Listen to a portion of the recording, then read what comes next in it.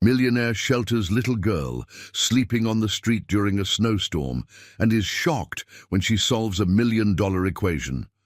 Just before the story starts, wherever you are on your journey, consider this your sign to keep going. The January wind howled through the skyscrapers of Boston like a hungry wolf. Dr. Harrison Wells pulled his cashmere coat tighter as he left his downtown office at midnight. At 56, the mathematician-turned-tech billionaire had long made a habit of working late, especially when wrestling with problems others deemed impossible. Tonight was different. The Carrington Prize Committee had given him a deadline. 6 months to solve an equation that could revolutionize quantum computing, or watch his life's work go to his rival, Dr. Malcolm Reed. Snowflakes swirled around the street lamps as Harrison trudged toward the parking garage. His mind churned with numbers and variables, barely registering his surroundings until a small movement caught his eye. There, between two buildings, huddled a tiny figure wrapped in what appeared to be nothing more than a thin blanket. "Good God," he muttered, approaching cautiously. A child, a little girl, no more than 9 or 10, curled into herself against the brick wall. Her face, what he could see of it, was smeared with dirt, but couldn't hide her delicate features or the intelligence in her eyes when they fluttered open at his approach. "Are you all right?" he asked, crouching down despite the snow soaking through his Italian leather shoes. The girl clutched her blanket tighter. "I'm fine, mister, just resting." "In a blizzard? Where are your parents?" Harrison looked around, expecting, hoping, to see an adult nearby. "Don't have any." Her voice was soft, but steady. No tears, just resignation that pierced Harrison's heart more effectively than sobs would have. The weather report had warned of record-breaking cold.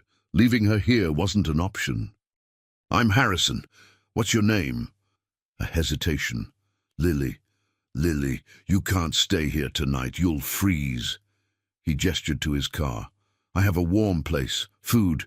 You'd be safe." Fear flashed across her face. "I don't go with strangers." "Smart girl." Harrison nodded, respecting her caution. "Call someone then. Police, social services."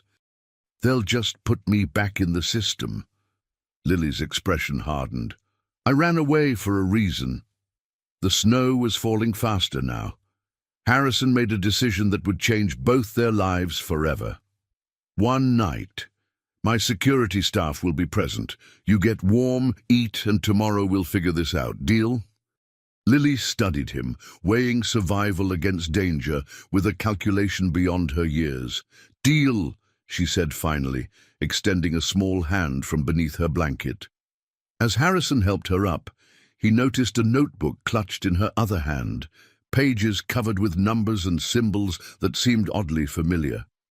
Neither knew it then, but that notebook contained the beginnings of something extraordinary, and as Harrison's car pulled away from the curb, carrying them through the storm, the first thread of an unlikely bond began to form, one that would eventually unravel secrets neither was prepared to face. Harrison's penthouse occupied the top 2 floors of a glass tower overlooking the Charles River. As the elevator ascended, he watched Lily's reflection in the polished doors. She stood perfectly still, her posture suggesting she was ready to bolt at the first sign of danger. "Mrs. Abernathy will be here," Harrison explained, filling the silence. "She's my housekeeper, been with me 20 years. Lily nodded but said nothing. The doors opened to reveal a spacious foyer where a stern-faced woman in her 60s waited, arms crossed. "Dr. Wells, it's nearly 1 in the morning. I was about to—" Mrs. Abernathy stopped mid-sentence when she spotted Lily. "Oh my." "Mrs. Abernathy, this is Lily. She needs a warm meal and a place to stay tonight." To her credit, the housekeeper recovered quickly. "The guest room on the east wing is ready. I'll prepare something to eat." While Mrs. Abernathy led Lily away, Harrison retreated to his study. He should call someone, child services, the police, but something about the girl's fear of the system gave him pause. He'd make some calls in the morning. One night wouldn't hurt. 30 minutes later, he found Lily sitting at the kitchen counter, devouring a bowl of soup. Her dirty coat and blanket had been replaced with a set of pajamas that Mrs. Abernathy had procured from somewhere, comically large but clean. "Better?" Harrison asked. Lily nodded, guard still firmly in place. Her notebook sat beside her bowl, one hand protectively resting on it.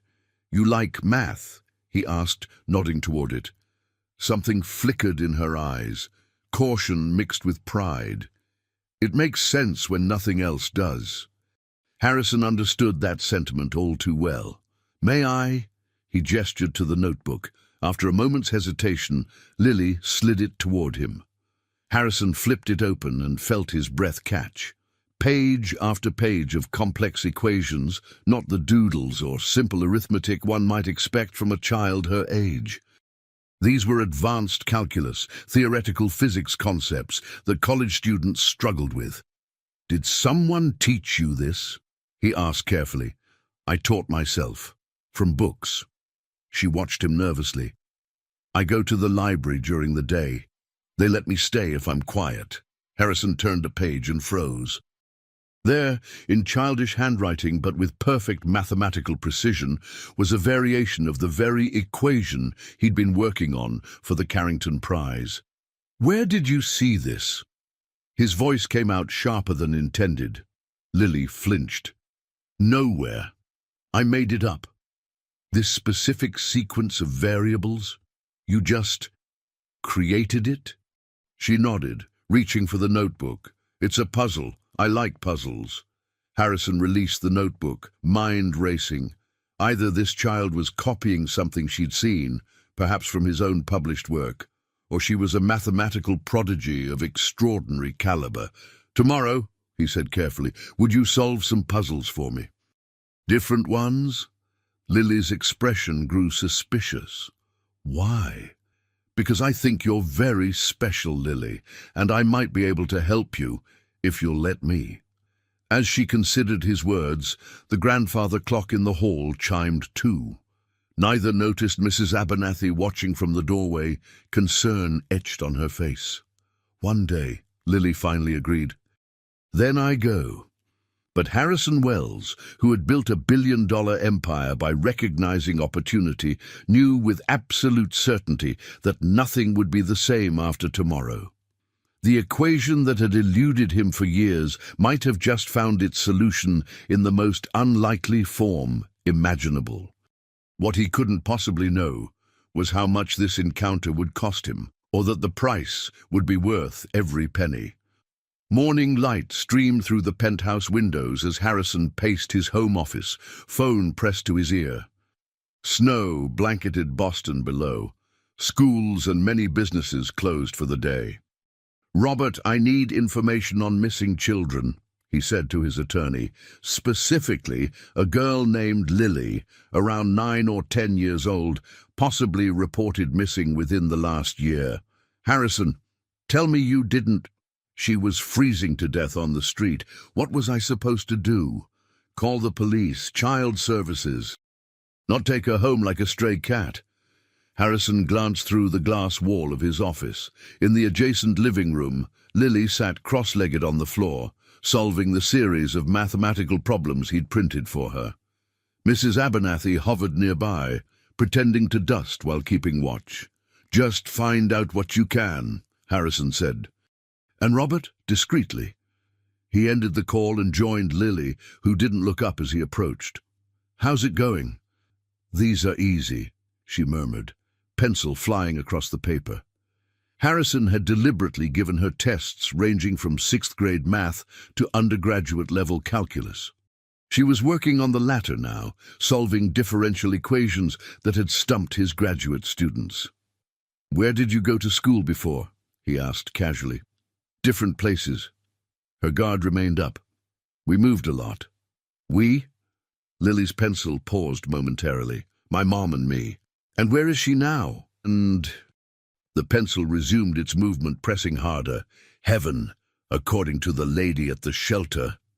Harrison's heart sank. I'm sorry, Lily. When did that happen? 7 months, 2 weeks, 4 days ago. The precision in her accounting of grief struck him harder than tears would have. Cancer. And your father? She shrugged. Never met him. No other family? Grandparents, aunts, uncles? None that wanted me. She completed the final equation with a flourish and handed him the papers. Done. Harrison examined her work, amazement growing with each page. Not only were her answers correct, but her methods were innovative, elegant in their simplicity. Lily, this is extraordinary. You have a remarkable gift. She accepted the compliment with a small nod, as though her abilities were simply facts, like having brown hair or being right-handed. Why were you on the street? Didn't social services place you somewhere? Her expression darkened.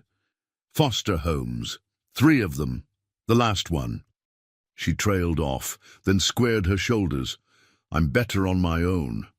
Harrison didn't press, but made a mental note to have Robert investigate the foster homes as well. What if, he said carefully, you stayed here for a while, just until we figure things out? Suspicion immediately clouded her features. Why would you want that? A fair question. Harrison considered various answers. Altruism, responsibility, basic human decency, but settled on honesty. 2 reasons. First, no child should be homeless, especially in winter. Second, I believe your mathematical ability is extraordinary, and I'd like to help develop it. So you can make money from me. Her directness was startling. No, so you can have options in life. He pointed to her notebook. That equation you were working on, it's part of a very important problem, one I've been trying to solve for years. Interest flickered in her eyes. What kind of problem? The kind that could change how computers work, make them faster, smarter. For the first time, Lily's expression showed genuine excitement rather than caution. Could I see it?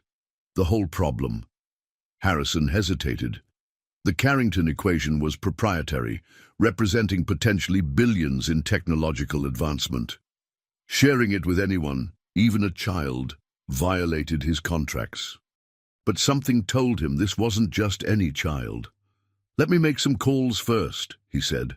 Legal considerations. Disappointment replaced her enthusiasm. She'd heard adult evasions before. In the meantime, Harrison added quickly, I have other puzzles, harder ones. Before she could respond, Mrs. Abernathy appeared in the doorway. Doctor. Wells, there's a Ms. Chen from Child Protective Services on the phone. Says it's urgent. Lily went rigid, eyes darting toward the exit. It's all right, Harrison assured her, though uncertainty gnawed at him. We'll figure this out. But as he took the call in his office, watching Lily through the glass, he knew the situation had just become infinitely more complicated. Whatever happened next would require far more than mathematical brilliance to solve. Victoria Chen, from Child Protective Services, arrived at precisely 2 p.m., impeccably dressed despite the snowy conditions, her practical boots the only concession to the weather. At 42, she'd spent 15 years in the system and thought she'd seen every situation involving children at risk. This case, however, was unique. Dr. Wells, she said, accepting his handshake in the penthouse foyer, I appreciate your cooperation in this matter. Harrison nodded stiffly. Ms. Chen, thank you for coming personally. He led her to his study, away from where Lily was working with Mrs. Abernathy on what appeared to be ordinary schoolwork, a hasty arrangement to present normalcy. Let me be direct, Victoria said once they were seated. Taking in a minor without proper authorization is a serious matter, regardless of your intentions. She was freezing to death, Harrison replied. The temperature dropped to 7 degrees last night. I understand, and calling emergency services would have been appropriate. Instead, you brought her to your home. Harrison leaned forward. Ms. Chen, have you reviewed Lily's file, the foster home she ran away from? Victoria's expression remained neutral, but something flickered in her eyes. I have. There are concerning elements in her placement history. Abuse? I can't discuss specifics, but her last placement has been flagged for investigation. She clasped her hands. That said, I must still ensure her proper placement now. And where would that be? Another home under investigation after she's discovered missing? Victoria sighed. Doctor, Wells, I understand your concern, but there are protocols. I want to apply for emergency foster placement, Harrison interrupted. My attorney is preparing the paperwork as we speak. Surprise registered on Victoria's face. You, a single man with no childcare experience or family connections, want to foster a 9-year-old girl you met yesterday. 10, Harrison corrected. She's 10. Born April 17th, 2015, according to the records Robert, my attorney, obtained. Victoria studied him. May I ask why? Your background suggests you're hardly the nurturing type. It was a fair assessment. Harrison Wells, brilliant mathematician and ruthless businessman, had never shown interest in children. His reputation was built on intellectual prowess and technological innovation, not compassion. She's a mathematical prodigy, he said finally, possibly one of the greatest minds of her generation. Victoria's expression hardened. So this is about her abilities, not her welfare? Both, Harrison insisted. I have resources to provide for her needs, educational, emotional, physical. She'd have stability, safety. And you'd have access to her intellectual gifts. Harrison couldn't deny it entirely. Would that be so terrible? A mutually beneficial arrangement? Victoria rose and moved to the window overlooking the snow-covered city. I need to speak with Lily, alone. Harrison nodded, knowing this was standard procedure. Of course. When they entered the living room, Lily looked up from her workbook, eyes immediately assessing Victoria with the wariness of a child who had learned to read adults quickly. Hello, Lily, Victoria said, her voice gentler than it had been with Harrison. I'm Miss Chen. Could we talk for a few minutes? Lily glanced at Harrison, who nodded encouragingly. We'll be in the kitchen, he said, guiding Mrs. Abernathy away to give them privacy. 20 minutes later, Victoria found them there, her expression unreadable. Well? Harrison asked. Lily is. Victoria chose her words carefully. Remarkable and remarkably adamant about staying here. Relief flooded through him. So? Temporary emergency placement is possible, given the circumstances. You'll need home studies, background checks, parenting classes, whatever it takes. Victoria's professional veneer cracked slightly. Dr. Wells, are you certain about this? Children, especially those with trauma histories, require consistency, emotional support. I'm not known for starting things I can't finish, Ms. Chen. She nodded slowly. I'll file the preliminary paperwork today, but I'll be monitoring this situation closely. As Victoria prepared to leave, Lily appeared in the doorway, her expression guarded yet hopeful. You can stay for now, Victoria told her. I'll be checking in regularly.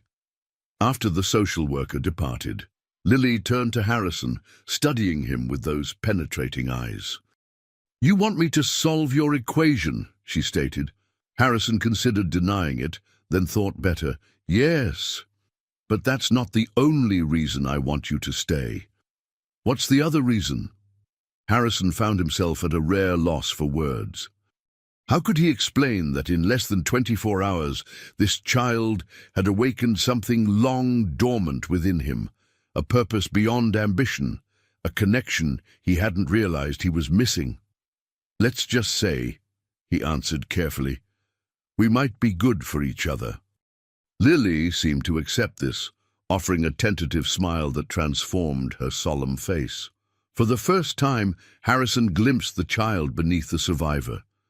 Can I see the real problem now? She asked. The important one. Harrison checked his watch. It was time to make a decision that would either be the biggest mistake of his career or its defining moment. "Yes," he said, "I think you're ready."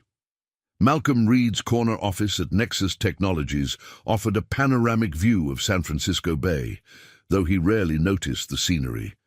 At 58, Reed had built his reputation on turning theoretical mathematics into practical technology, and on never accepting second place. Today, his attention was fixed on the computer screen before him, where an email from a former colleague at MIT displayed an interesting bit of gossip. Harrison Wells had taken in a homeless child. "Curious," Reed murmured, leaning back in his ergonomic chair. "Very curious indeed." His assistant appeared in the doorway. "Your 3 o'clock is here, Dr. Reed. Send him in." A nervous-looking young man entered, clutching a tablet computer. "Dr. Reed, I've analyzed the latest data from Boston as you requested. And, Dr. Wells's energy consumption at his research facility has spiked by 40% in the past week. He's running massive computational simulations." Reed's eyes narrowed. The Carrington Prize deadline was still 5 months away. Wells shouldn't have made a breakthrough yet, not unless he had help. What about this child he's taken in? What do we know? The assistant swiped through his notes. Lily Parker, age 10. Mother deceased 7 months ago. Breast cancer. Father unknown. No other family. In foster care until approximately 3 months ago when she ran away. No police reports filed on her disappearance until recently. Educational background? Spotty. Moved frequently with her mother, who was a waitress. School records indicate advanced placement in mathematics at every school, despite irregular attendance. Reed drummed his fingers on his desk. "Advanced how?" "Off the charts advanced, sir. One teacher noted she completed an entire year's curriculum in 3 weeks before they moved again." A suspicion formed in Reed's mind. "Find that teacher. I want to know exactly what this child is capable of." "Sir, she's just a little girl." Who Harrison Wells, one of the most self-serving men I've ever known, has suddenly taken a paternal interest in? Reed fixed his assistant with a stern look. "Wells doesn't have an altruistic bone in his body. If he's keeping this child close, there's a reason. Find it." As his assistant hurried away, Reed turned back to the window, finally noticing the fog rolling in across the bay. Like that fog, a new strategy was taking shape in his mind. If Harrison Wells had found his own goodwill hunting, Malcolm Reed needed to know exactly what he was up against and how to neutralize this unexpected advantage. Meanwhile, 3,000 miles away, Harrison watched in astonishment as Lily filled a digital whiteboard with equations, her small hand moving with confident precision across the screen. For 3 days, she had studied the Carrington equation, asking questions that stunned him with their insight. Now, she was attempting an approach that had never occurred to him, a lateral solution that bypassed the computational barriers he'd been fighting for months. "The problem," Lily explained, her voice taking on a teacher's tone that amused Harrison, "is that you're trying to solve it all at once.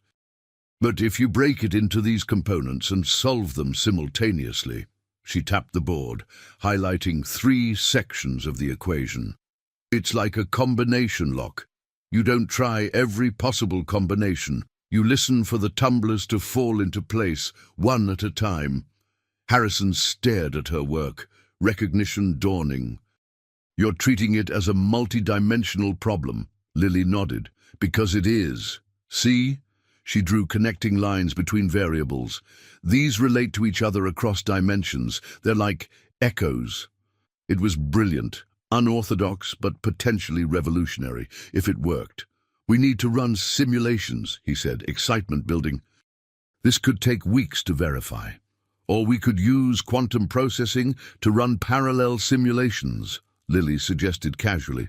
"That would be faster." Harrison laughed. "Yes, it would. Unfortunately, true quantum computing doesn't exist yet. That's partly what this equation is trying to solve, how to create stable quantum bits.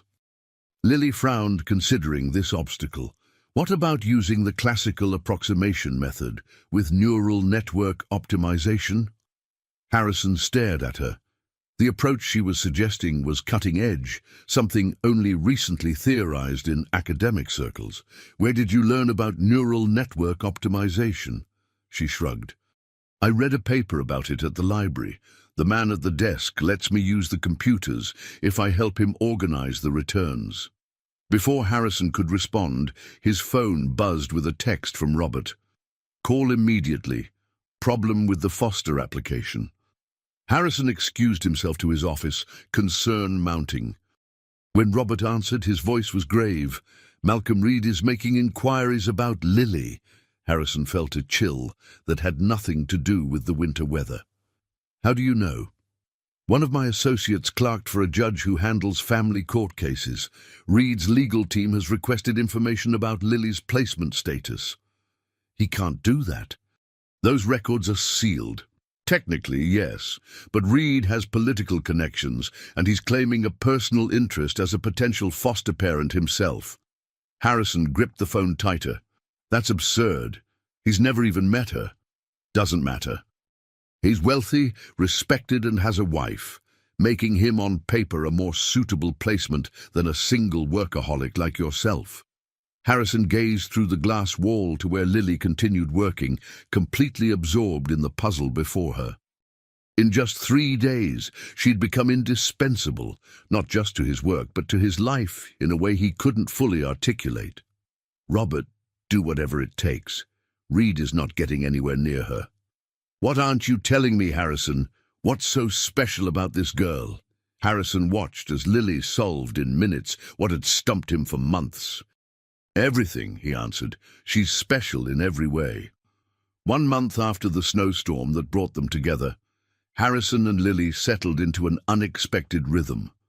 Mornings were for Lily's education, a blend of online courses and tutors who came to the penthouse, astonished by her abilities. Afternoons were devoted to the puzzle, as Lily called the Carrington equation.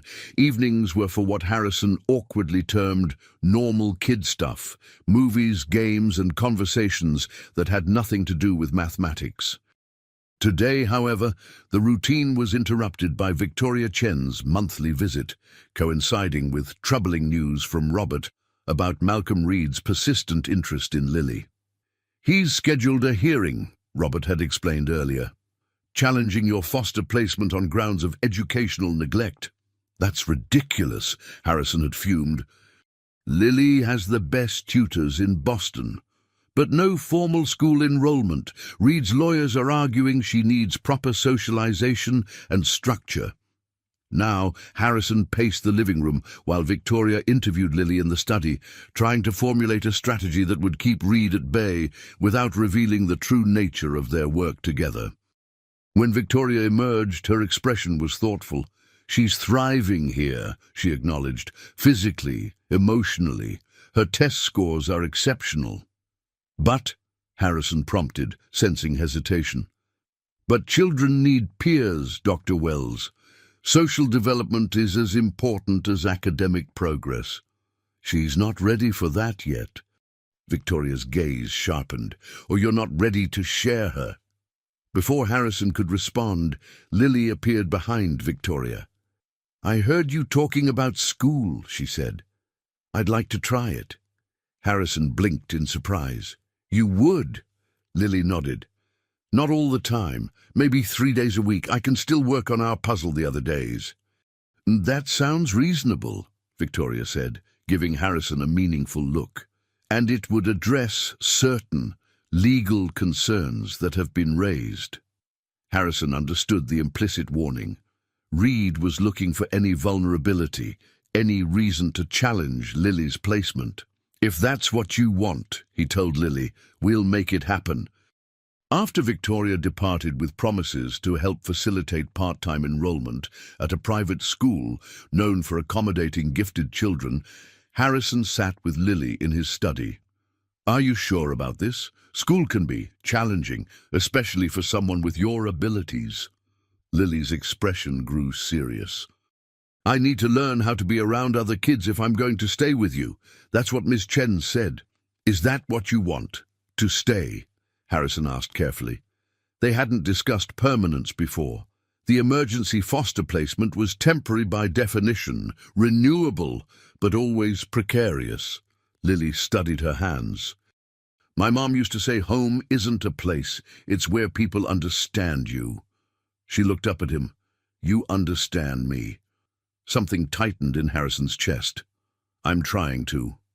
And I understand you, she continued. You need to win this prize. It's important.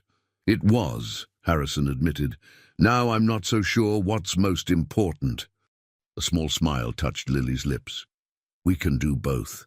I'll go to school, make friends, be normal, and we'll solve the puzzle together. Harrison marveled at her resilience, her ability to adapt to yet another new reality. Deal, he said, extending his hand as he had that first night. As they shook on it, Harrison's phone rang. Robert again. Malcolm Reed just arrived in Boston, his attorney reported without preamble, and he's requested a meeting with you tomorrow. Harrison felt a surge of protective anger. Absolutely not. Harrison, listen to me. He's bringing the Commissioner of Child Services. If you refuse, it looks suspicious. What does he want? Officially? To discuss a potential collaboration on the Carrington project. Unofficially. He wants to assess Lily, Harrison finished grimly. Most likely, but refusing gives him ammunition. Harrison glanced at Lily, who was watching him intently, picking up on his tension. Fine, tomorrow, my office downtown, not here. After ending the call, he explained the situation to Lily as straightforwardly as possible. She deserved honesty. This man, Dr. Reed, is my competitor. He thinks I'm using your mathematical abilities to gain an advantage. Aren't you? Lily asked, not accusingly but with genuine curiosity. Harrison considered his answer carefully. When I first realized what you could do, yes, that was my primary interest. Now what? Now I'm more concerned with what's best for you than winning some prize. Lily absorbed this. Is Dr. Reed a bad person? Not bad exactly. Ambitious. Determined. Harrison chose his words deliberately. Someone who sees people as means to an end. Like you used to, Lily observed with uncomfortable accuracy. Harrison nodded, acknowledging the truth. Like I used to. What happens if he convinces people to take me away from you? The question hung in the air, heavy with implications neither wanted to face. Harrison had no legal claim on Lily beyond the temporary arrangement Victoria had facilitated, if a judge deemed another placement more appropriate. I won't let that happen, Harrison promised, though uncertainty gnawed at him. Lily's expression turned resolute. Neither will I.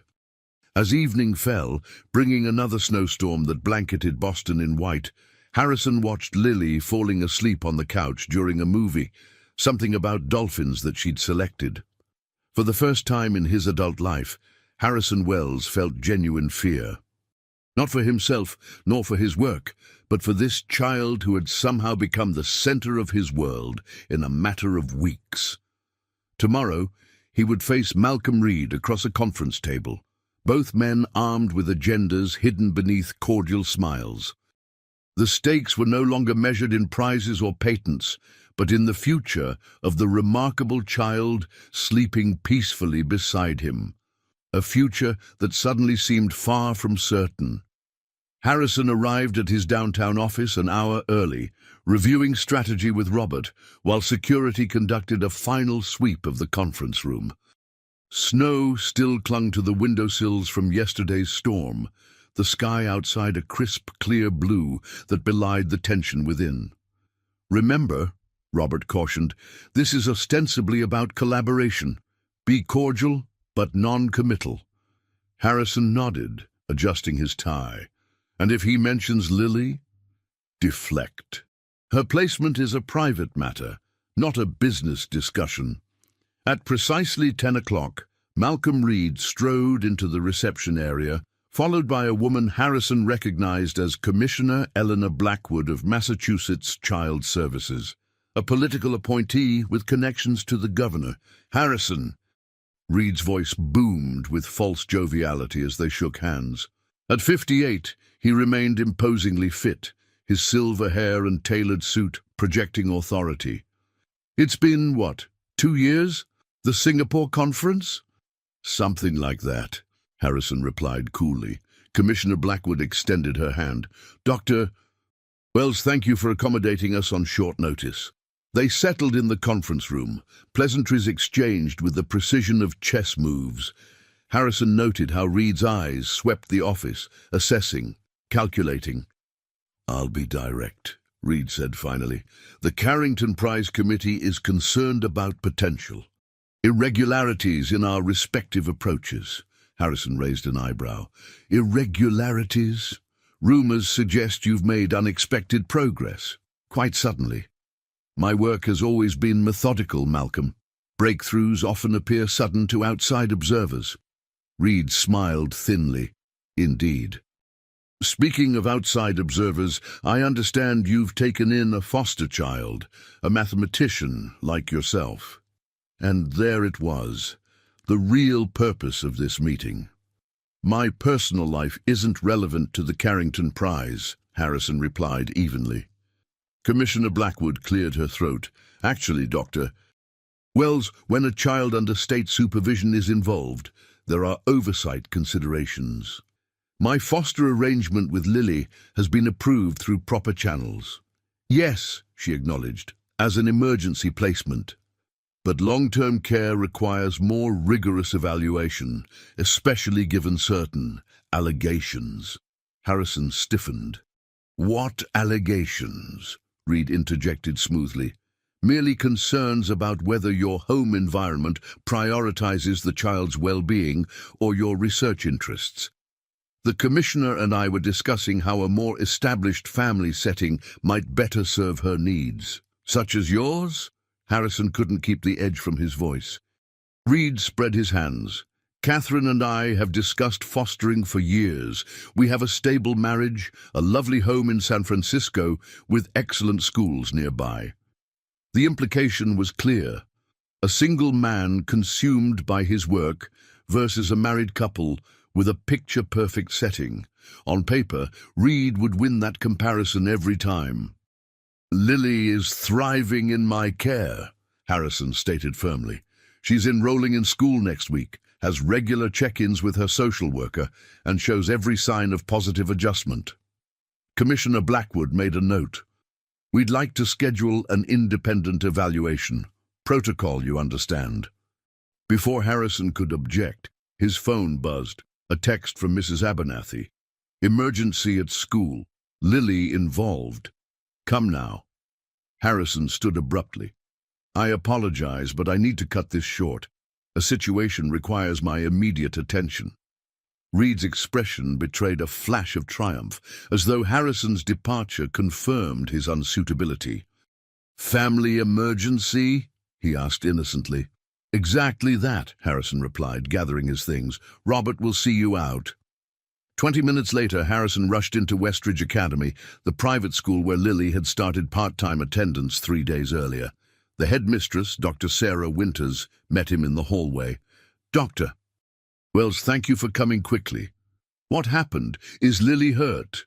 "No, nothing like that." Dr. Winters led him to her office where Lily sat, physically unharmed, but with red-rimmed eyes.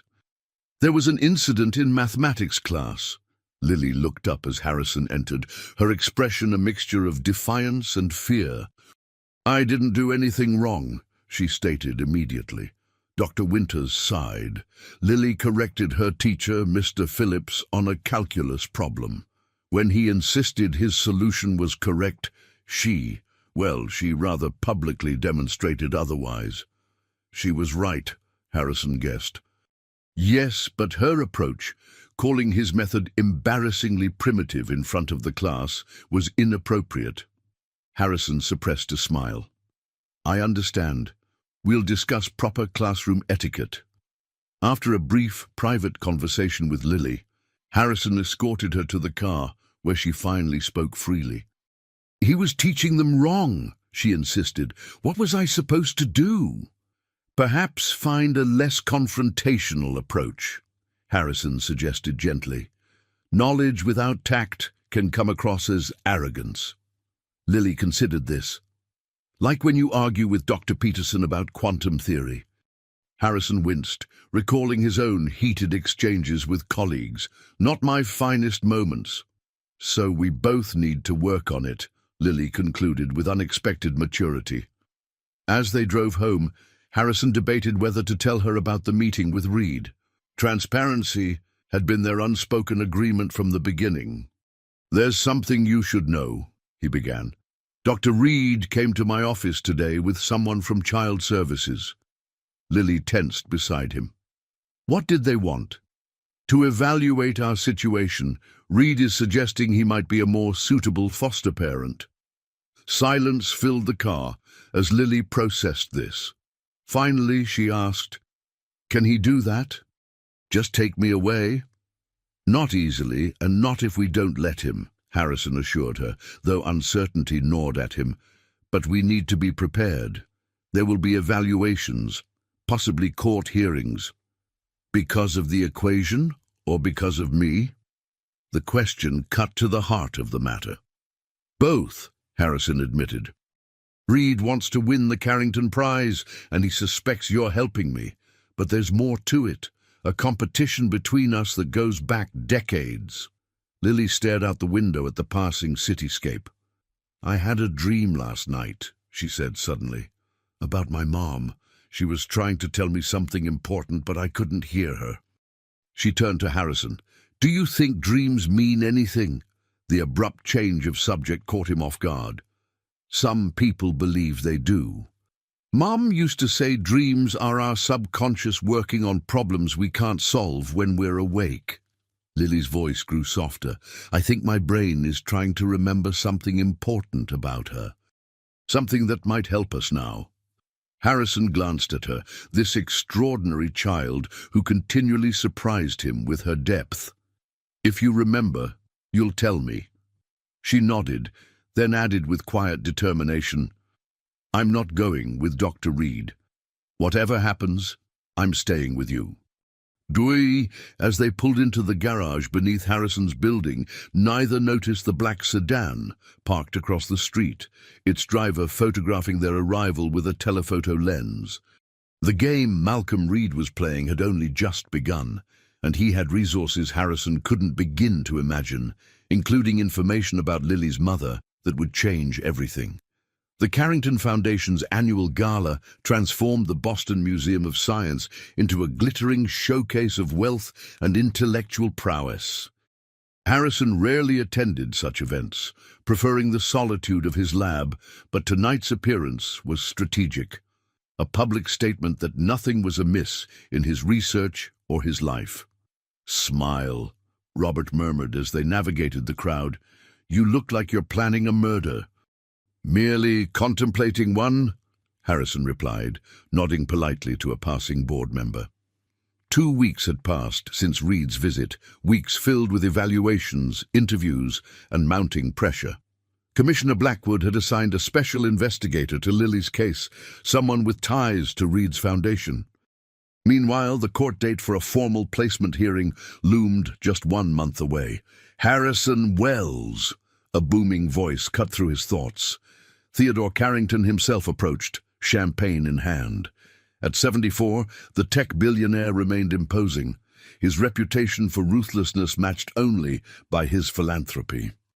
"Where's this mathematical prodigy I've been hearing about, the one living under your roof?" Harrison tensed.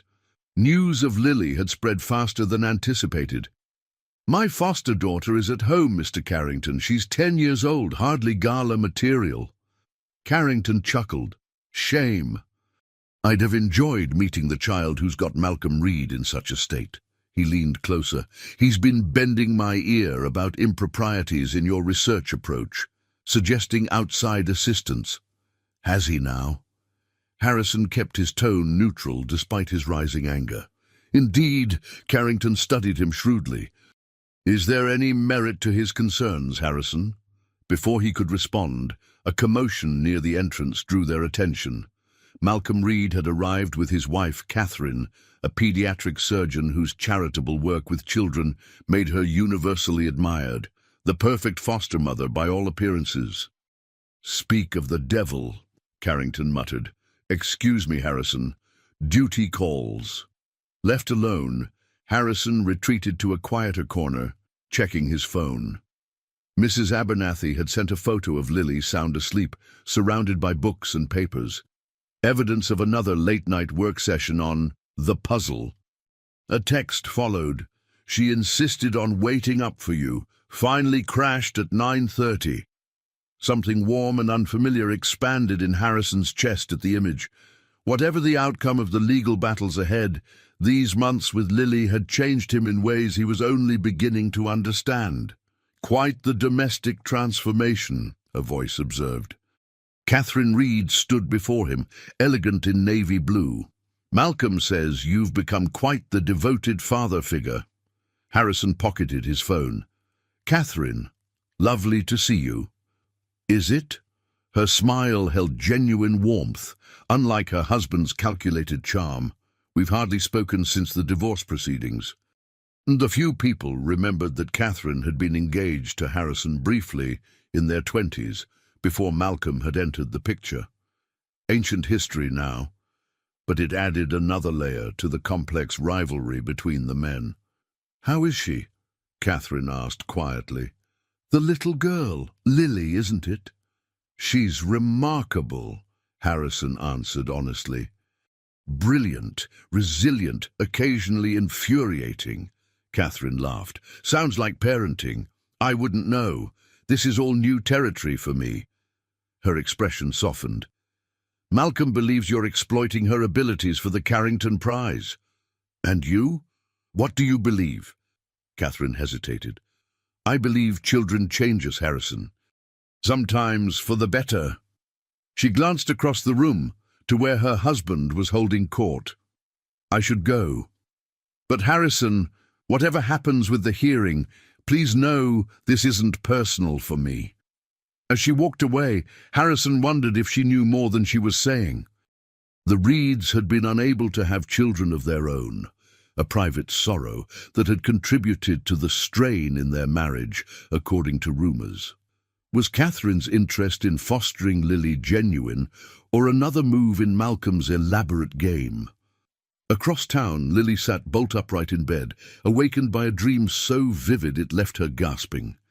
She fumbled for the notebook she kept beside her pillow, scribbling frantically before the details faded. Her mother's voice, clear for the first time in months. "Find the letter, Lily. The one I hid in your star book. He mustn't know." The star book, her mother's worn copy of Constellations for Young Astronomers, one of the few possessions Lily had managed to keep during her time in foster care. She hadn't opened it since her mother's death, the memories too painful. Now she rushed to her bookshelf, pulling down the tattered volume. As she flipped through its pages, a sealed envelope fell out. Hidden in the center, spread about the Cassiopeia constellation, her mother's favorite. With trembling fingers, Lily opened it, unfolding a letter written in her mother's distinctive handwriting. As she read, her eyes widened with shock and understanding. "Doctor Wells," she whispered urgently, even though she knew he was miles away at the gala. "You need to see this." Meanwhile, at the museum, Harrison found himself cornered by Malcolm Reed near the displays of historic calculating machines. "A fitting backdrop for our conversation," Reed observed. "The evolution of computation. From mechanical to quantum, the very problem we're both trying to solve. What do you want, Malcolm?" Reed's smile never reached his eyes. "To give you an opportunity to withdraw from the Carrington competition. Gracefully, with your reputation intact." Harrison stared at him incredulously. "On what grounds?" "Academic integrity. Using an undisclosed collaborator, particularly one who is a minor under your guardianship, violates the terms of entry." You have no proof of any impropriety. Not yet. Reed swirled his drink.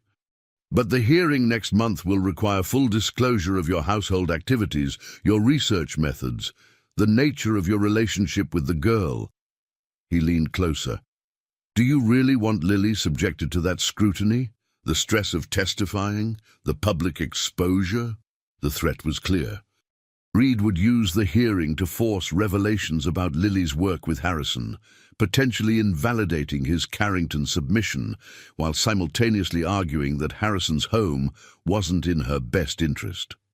You would use a child as leverage in a professional rivalry, Harrison said, disgust evident in his voice. Have you no shame? This isn't about shame, Harrison. It's about winning. Reed placed his empty glass on a nearby table. Consider my offer. Withdraw from the competition, and I'll drop my petition for foster placement. Lily stays with you, untroubled by further legal proceedings. Before Harrison could respond, his phone vibrated with an urgent call from Mrs. Abernathy. I'm sorry to disturb you, Dr. Wells, but Lily insists it's an emergency, something about her mother and a letter. Harrison's heart raced as he excused himself from Reed, moving to a private alcove to take Lily's call. Her voice came through breathless, excited. I found it, a letter from my mom. You won't believe what it says about Dr. Reed. As Harrison listened to Lily's revelation, the pieces of a puzzle far more personal than the Carrington equation began to fall into place. A puzzle that had begun long before a snowstorm brought a brilliant child to his doorstep. She worked for him. She worked for... Harrison stared at the letter spread on his desk, dawn light barely illuminating the penthouse study. He'd returned from the gala to find Lily waiting, clutching the weathered pages like a lifeline. Lily nodded, eyes red from a night without sleep. For 3 years, at Nexus Technologies before I was born. The letter, dated just weeks before Elena Parker's death, was both confession and warning. In careful script, she explained how she'd worked as a research assistant in Malcolm Reed's lab from 2013 to 2016, contributing to early quantum computing research without receiving credit. I never told you about this part of my life, Elena had written to her daughter, because I was ashamed of my silence. Dr. Reed used my work in his publications, promising recognition that never came. When I finally threatened to expose him, he ensured I would never work in research again. Harrison read further, his suspicion growing with each paragraph. She left just before you were born. Keep reading, Lily urged, her voice tight with emotion.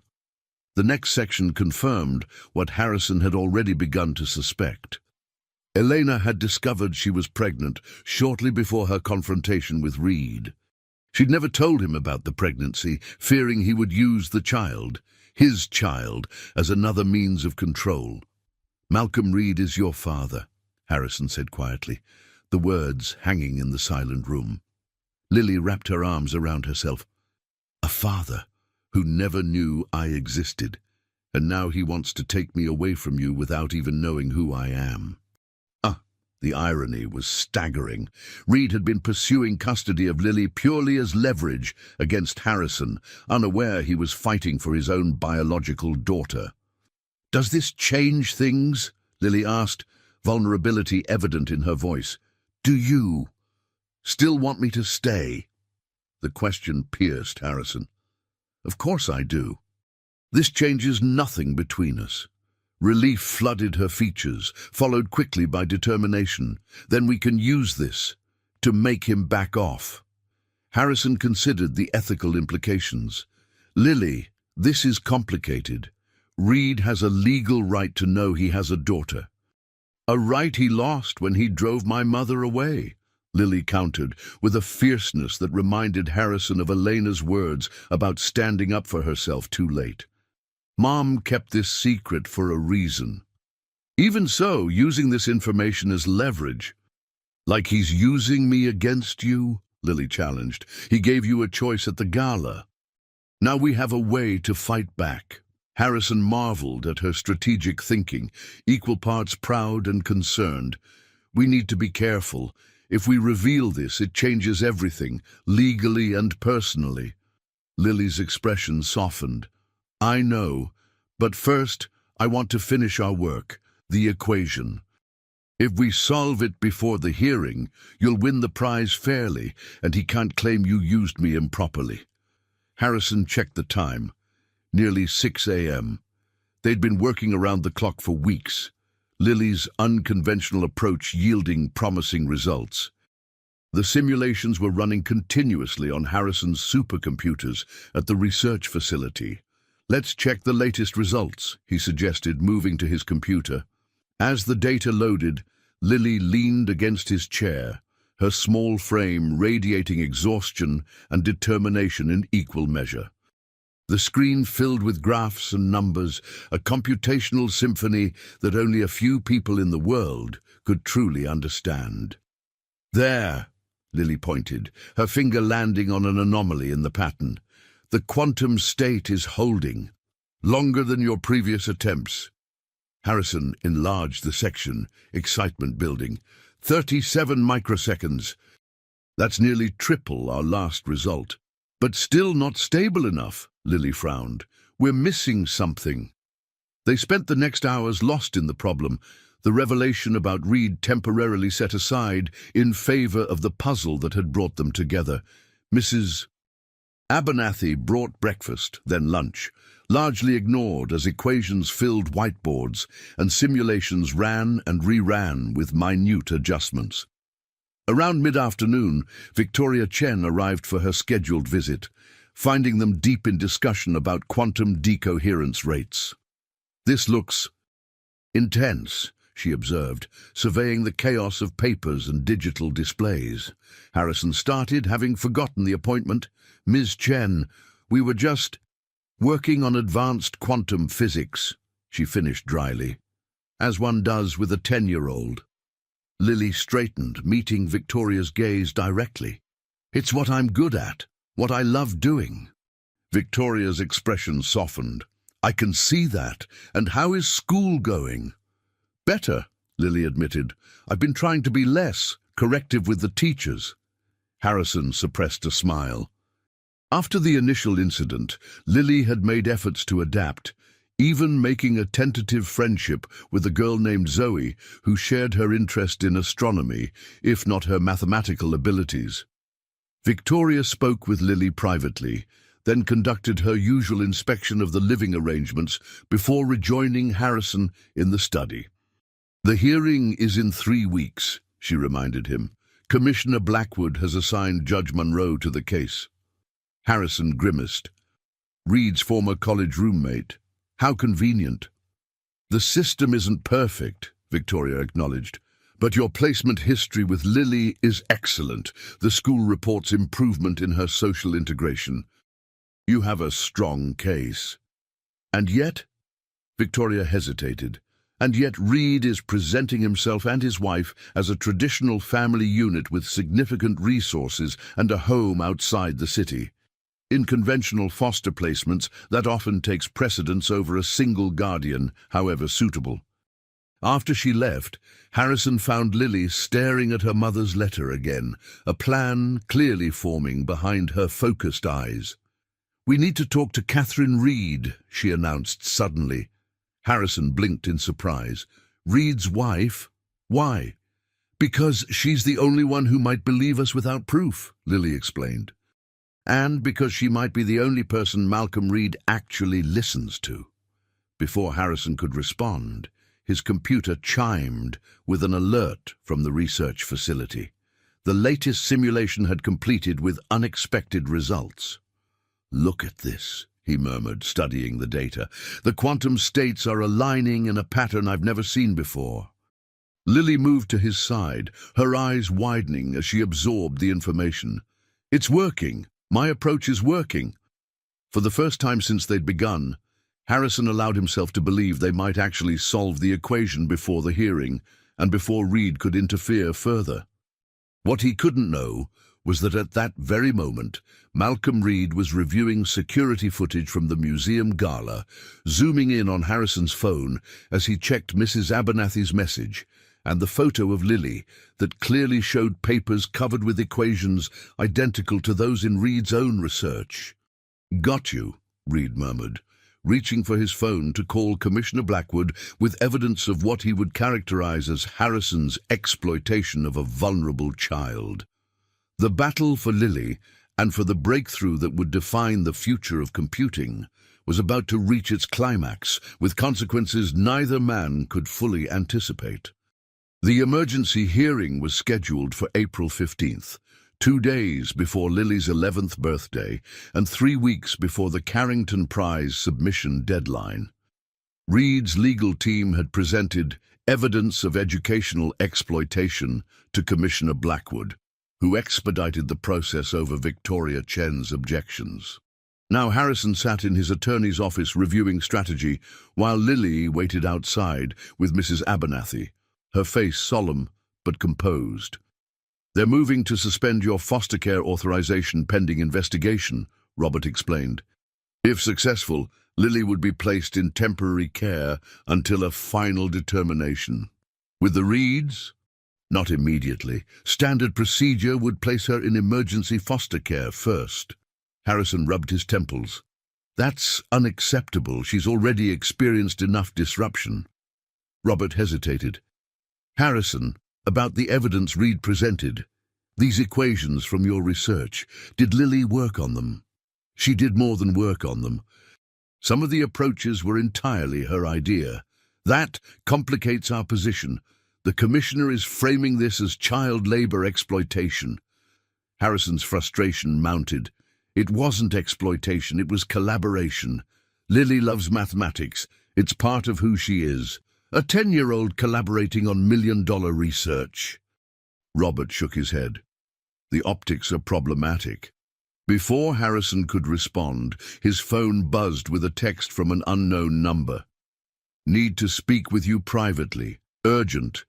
About Lily and Malcolm. Catherine Reed." Harrison stared at the message in surprise.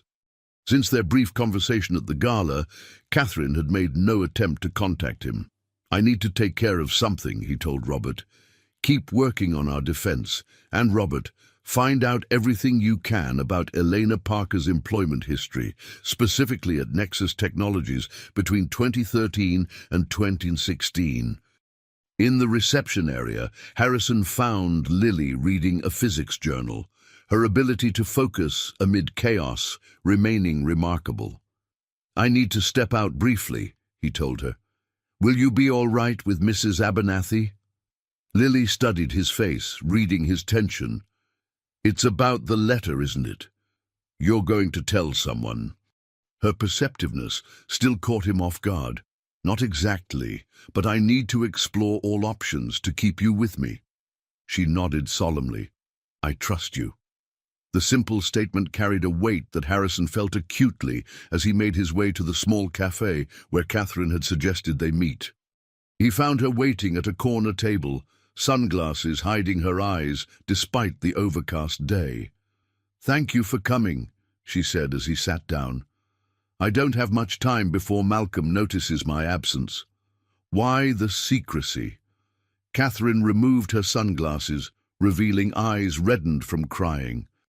"Because I discovered something yesterday that changes everything. About Lily, about Elena Parker." Harrison's pulse quickened. "What do you know about Elena?" "That she worked in Malcolm's lab over a decade ago. That she left suddenly, filing a harassment complaint that was settled out of court and sealed." Catherine's hands trembled slightly.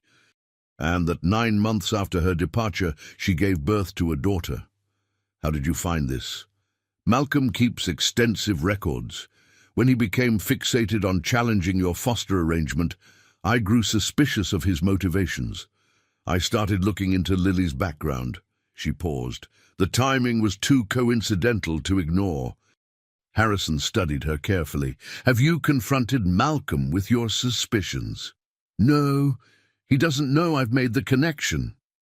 Catherine's voice dropped lower. "Harrison, I need to know, is Malcolm Lily's biological father? The directness of the question demanded equal honesty. Elena's letter to Lily states that he is. We haven't done DNA testing to confirm. Catherine closed her eyes briefly, absorbing the confirmation of her suspicions. Malcolm and I tried for years to have children.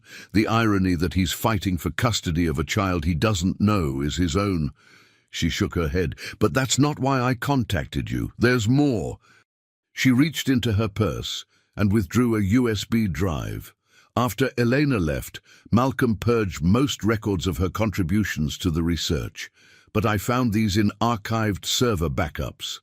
Elena's original work, including theoretical approaches to quantum stability that Malcolm has been building on for years, without credit. Harrison accepted the drive, understanding its significance. Why are you giving me this? Catherine's expression hardened. Because I've spent 20 years with a man whose ambition has overshadowed his integrity too many times. Because Lily deserves to know her mother's work was valuable and stolen, and because... She hesitated.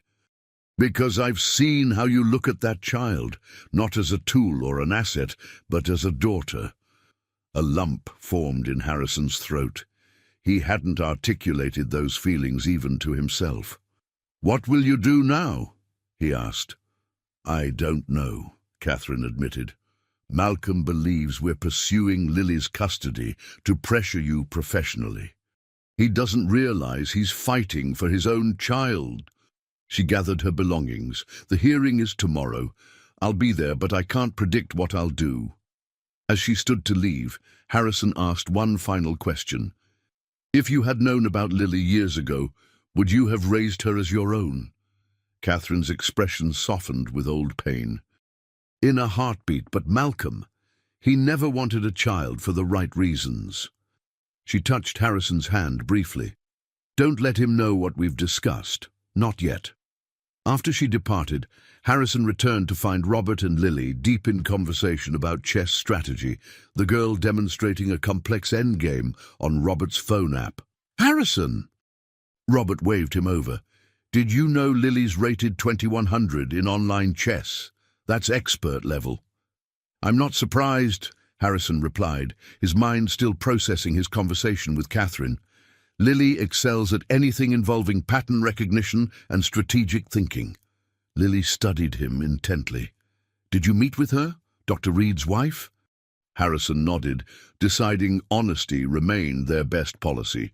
She's discovered the connection between you and Malcolm, and she's provided evidence of your mother's original research. Lily's eyes widened. My mom's work? She kept it? Backups from old servers. We'll review it together later. Harrison turned to Robert. This potentially changes our approach tomorrow. If Elena's work forms the foundation of Reed's current research, then his accusations of impropriety become hypocritical at best. Robert finished, understanding immediately. But Harrison, using this information means revealing Lily's paternity in open court.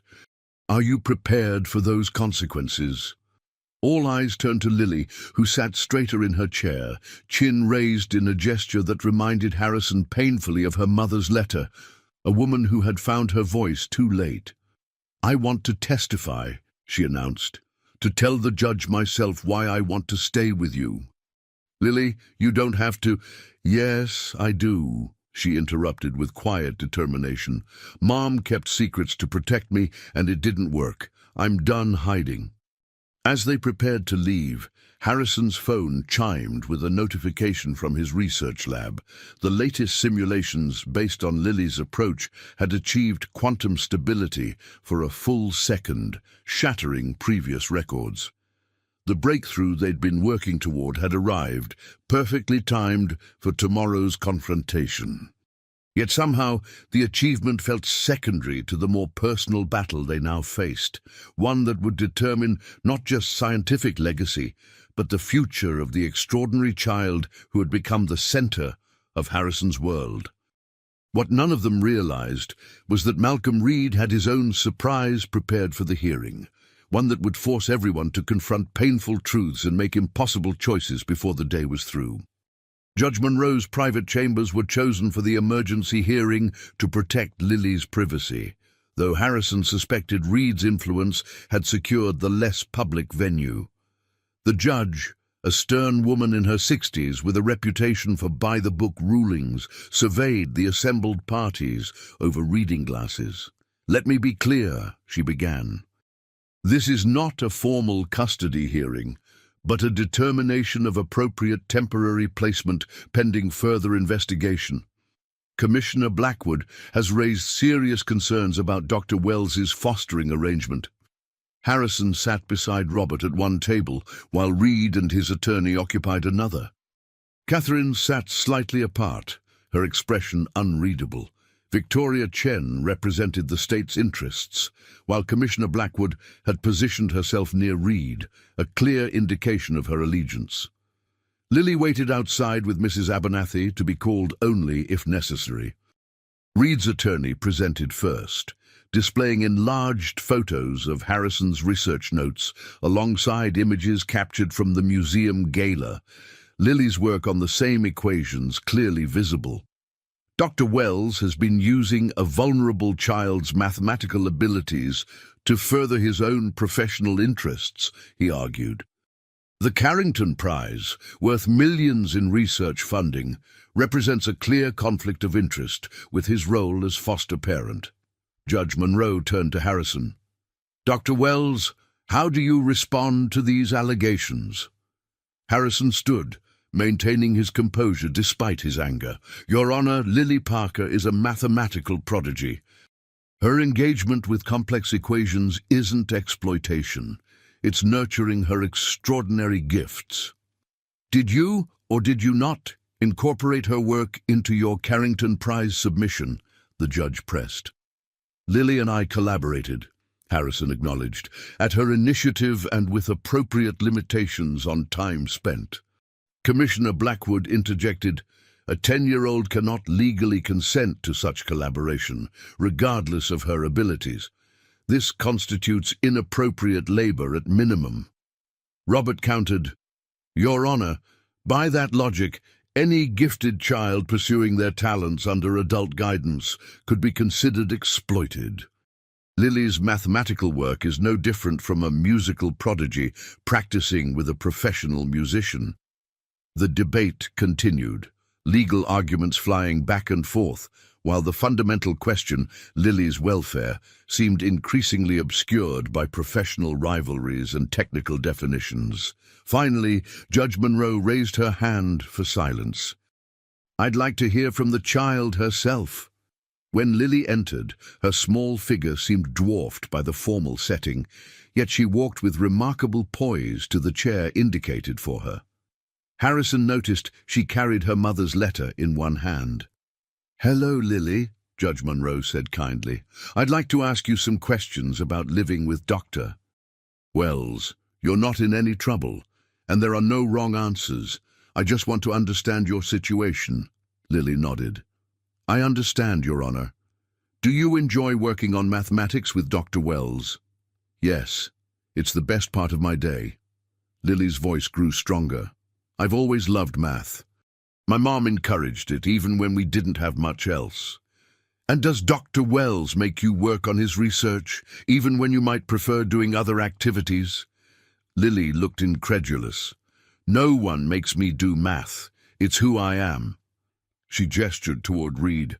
"That's what he doesn't understand, what none of you understand except Dr. Wells." Judge Monroe leaned forward. "What don't we understand, Lily? That some people are born with music in their heads, some with words or pictures. I was born with numbers." Lily's gaze swept the room. "My mom used to say my brain was a gift I needed to use. Dr. Wells helps me use it. He doesn't exploit me. He respects me." "Ah!" The sincerity in her voice created a momentary silence in the room, broken when Malcolm Reed shifted impatiently. "While this is touching," he said, "the fact remains that a child her age should be engaged in normal developmental activities, not advanced research with financial implications." Something in his dismissive tone sparked a change in Lily's demeanor. She straightened, turning to face Reed directly. "I know who you are," she said quietly. Reed raised an eyebrow. "We've never met, young lady." "You knew my mother, Elena Parker. She worked in your lab from 2013 to 2016. The color drained from Reed's face as murmurs filled the room. Judge Monroe called for order. "What is the relevance of this?" she demanded. Lily held up her mother's letter. "My mother left this for me before she died." She explains how Dr. Reed took credit for her research without acknowledgement, how he threatened her career when she protested. "This is absurd," Reed sputtered. "Elena Parker was a junior lab assistant, nothing more." "We have evidence suggesting otherwise," Robert interjected, producing the USB drive Catherine had provided. "Ms. Parker's original work forms the foundation of Dr. Reed's current research approach, the very research he's accusing Dr. Wells of compromising." As the judge examined this new evidence, Catherine Reed suddenly rose from her seat. "There's more, Your Honor." Her voice cut through the tension. "Elena Parker left Malcolm's lab abruptly in late 2014. 9 months later, she gave birth to Lily." The implication hung in the air for a breathless moment before Reed's attorney jumped to his feet. "This is outrageous.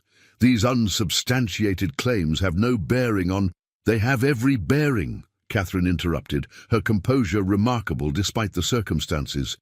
"My husband has been pursuing custody of a child he doesn't realize is biologically his own." The room erupted in chaos. Judge Monroe banged her gavel repeatedly, finally restoring order. "Is this true?" she demanded of Lily. The girl nodded solemnly. "According to my mother's letter, yes. Dr. Reed is my biological father." All eyes turned to Reed, whose shock appeared genuine.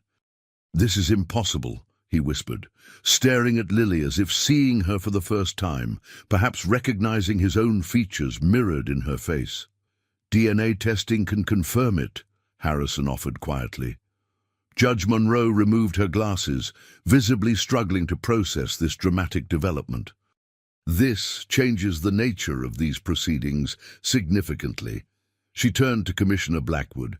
"Did you have any knowledge of this relationship?" "Absolutely not," the commissioner insisted, though her discomfort was evident.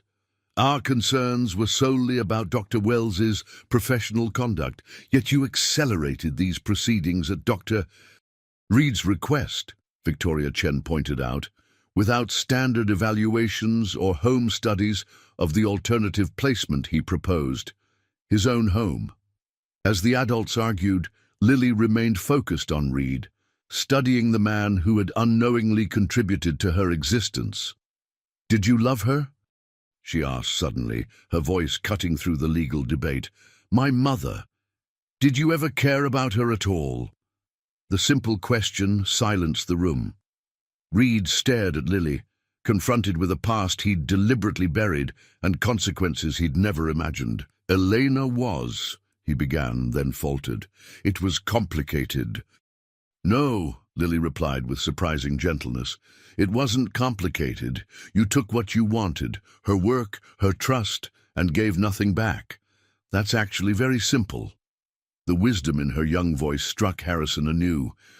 This remarkable child, who saw mathematical patterns with unprecedented clarity, could also see through human pretense with equal precision.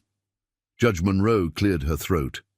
"Given these extraordinary revelations, I'm recessing these proceedings until paternity can be confirmed and all parties have opportunity to reassess their positions." She fixed Reed with a stern look. "And I will be reviewing the evidence regarding Ms. Parker's intellectual contributions to your research, Dr. Reed." As they prepared to leave, Harrison placed a protective hand on Lily's shoulder. "Are you all right?" She nodded, watching as Catherine approached her husband, their intense conversation inaudible but clearly heated. "What happens now?" Lily asked quietly. "I don't know," Harrison admitted. "But whatever comes next, we'll face it together." What he couldn't tell her was how the day's revelations had crystallized something in his heart, that regardless of biological connections or legal declarations, Lily had become his daughter in every way that mattered, and he would fight with everything he had to keep her where she belonged, home with him. Sunlight streamed through the windows of Harrison's penthouse on the morning of Lily's 11th birthday, illuminating the breakfast table where Mrs. Abernathy was arranging pancakes in the shape of the number 11. 2 weeks had passed since the dramatic hearing. DNA testing had confirmed Malcolm Reed's paternity, setting in motion a complex legal process that remained unresolved.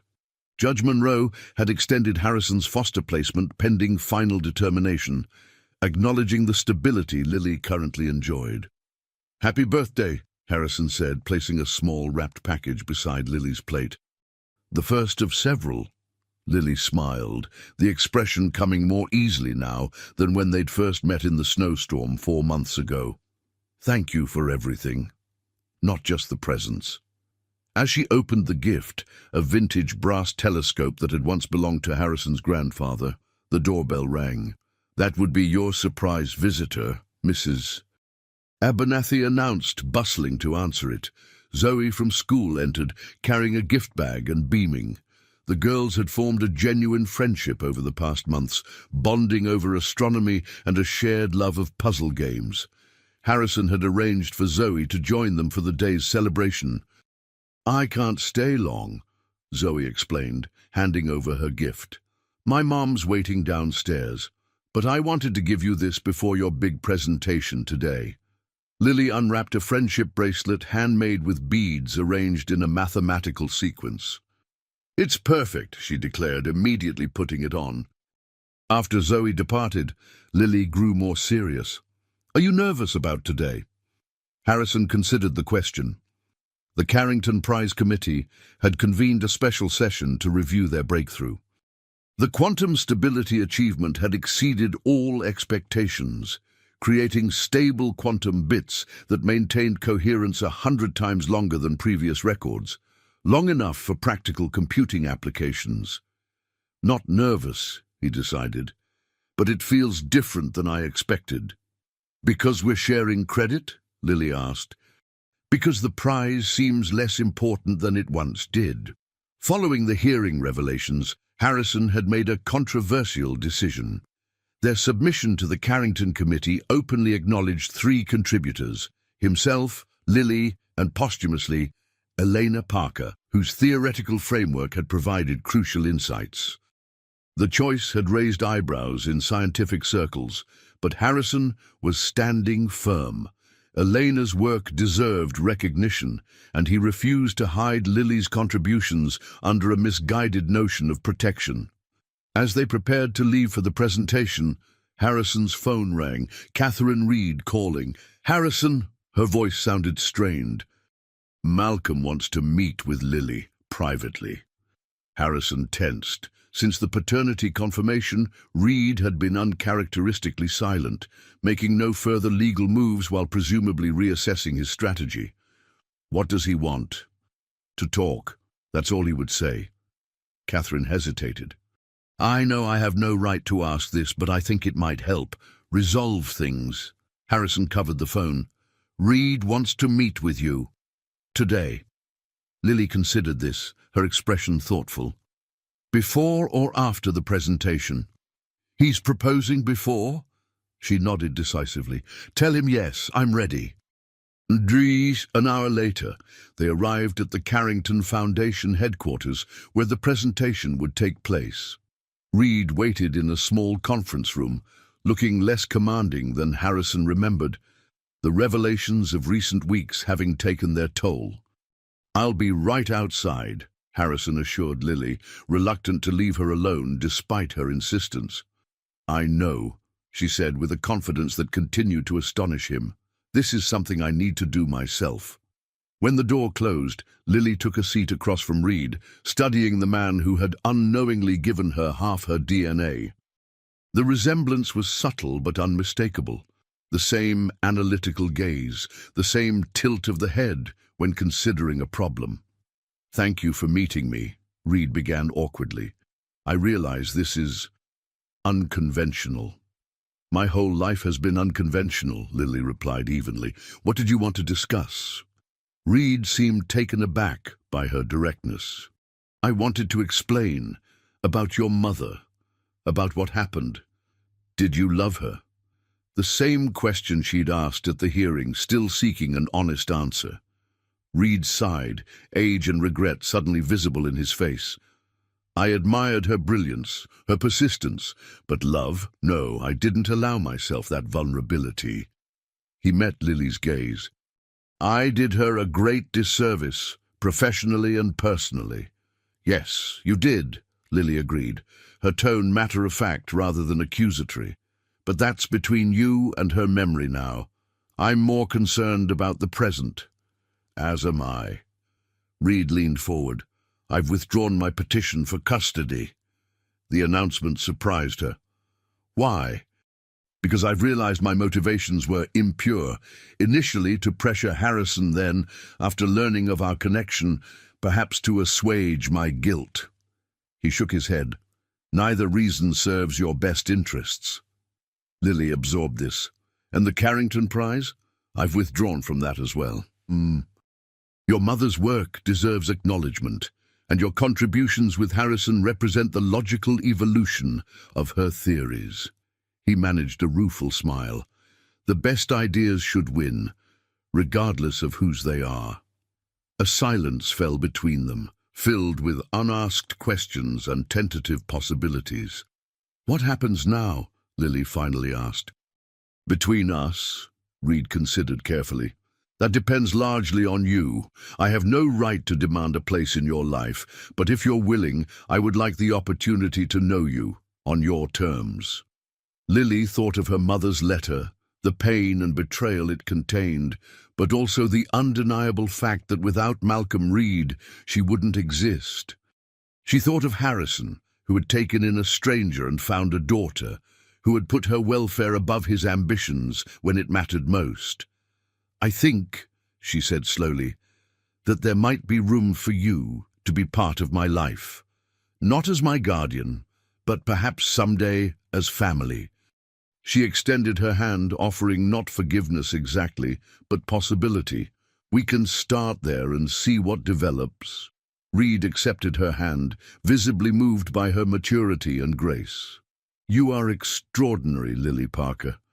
Your mother would be very proud of who you've become.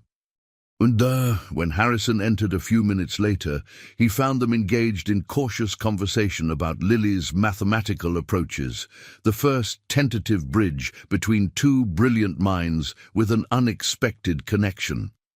That afternoon, before the assembled Carrington Committee, Harrison and Lily presented their breakthrough together.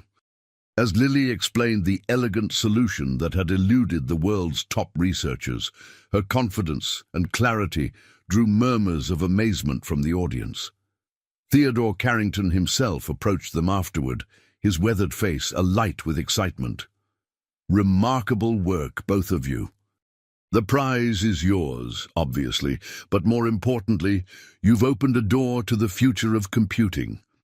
As photographers captured the moment, Harrison noticed Catherine and Malcolm Reed standing at the back of the hall.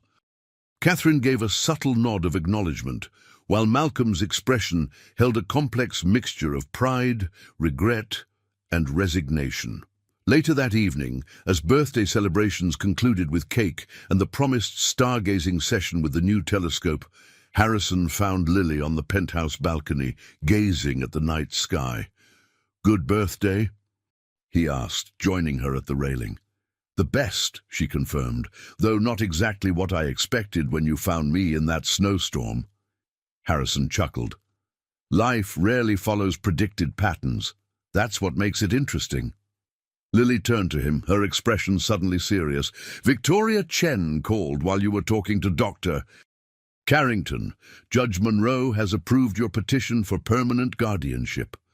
Harrison's heart swelled with emotion he couldn't fully express. "When did you—" "I heard you on the phone last week, discussing the petition with Robert." Lily smiled. "You're not as stealthy as you think." I wanted it to be a surprise, in case. Or, he didn't finish the thought. In case it didn't work out. Lily shook her head. I never doubted it would. Some equations have only one possible solution. Harrison placed an arm around her shoulders. This extraordinary child who had transformed his life in ways he was only beginning to understand. Together they gazed at the stars, particularly bright on this clear April night. You know, Lily said thoughtfully, Mom used to say that mathematicians and astronomers see the same thing, patterns that reveal the underlying order of the universe. She was a wise woman. She also said that sometimes the most beautiful patterns are the ones we create ourselves. Lily leaned against Harrison's side. Like families. As a shooting star traced a brief, brilliant path across the Boston sky, Harrison Wells, mathematician, billionaire, and now, most importantly, father, silently thanked whatever cosmic algorithm had brought a homeless girl to his doorstep during a snowstorm, and forever altered the equation of his heart.